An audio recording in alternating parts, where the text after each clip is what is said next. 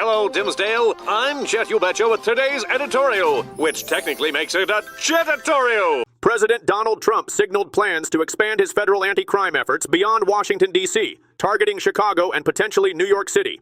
Trump praised the National Guard's deployment in D.C. and suggested similar action in Chicago, calling the city very dangerous and criticizing Mayor Brandon Johnson's leadership. Johnson opposed federal intervention, warning it could worsen tensions and undermine local progress.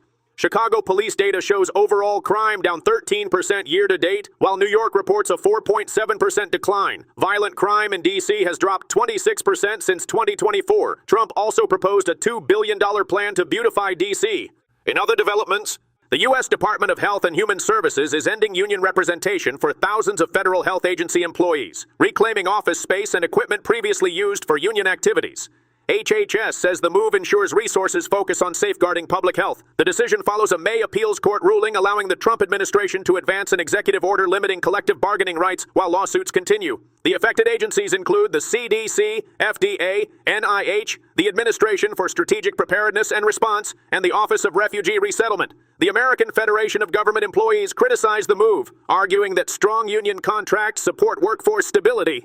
In another update, Mississippi health officials have declared a public health emergency after data showed a sharp rise in infant mortality, reaching 9.7 deaths per 1,000 live births in 2024, the highest in over a decade. Black infant deaths increased from 12.3 to 15.2 per 1,000, while rates for white infants declined to 5.8.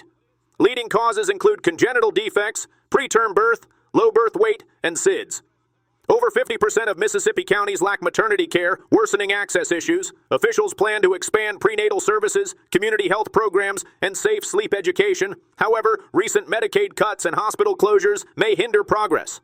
Pediatric groups support the initiative, calling for stronger collaboration to reduce preventable infant deaths.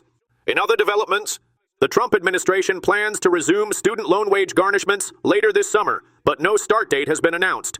Federal loan collections have been mostly paused since 2020, affecting over 5.3 million borrowers in default. The Education Department can garnish up to 15% of disposable income, but must leave borrowers at least $217.50 weekly. Borrowers will receive a 30-day notice and may request a hearing or challenge garnishment for financial hardship, unemployment, or bankruptcy. Employers cannot fire workers over garnishment. Experts advise contacting the Default Resolution Group to explore repayment plans or loan rehabilitation before collections restart, as processing delays are expected once garnishments begin.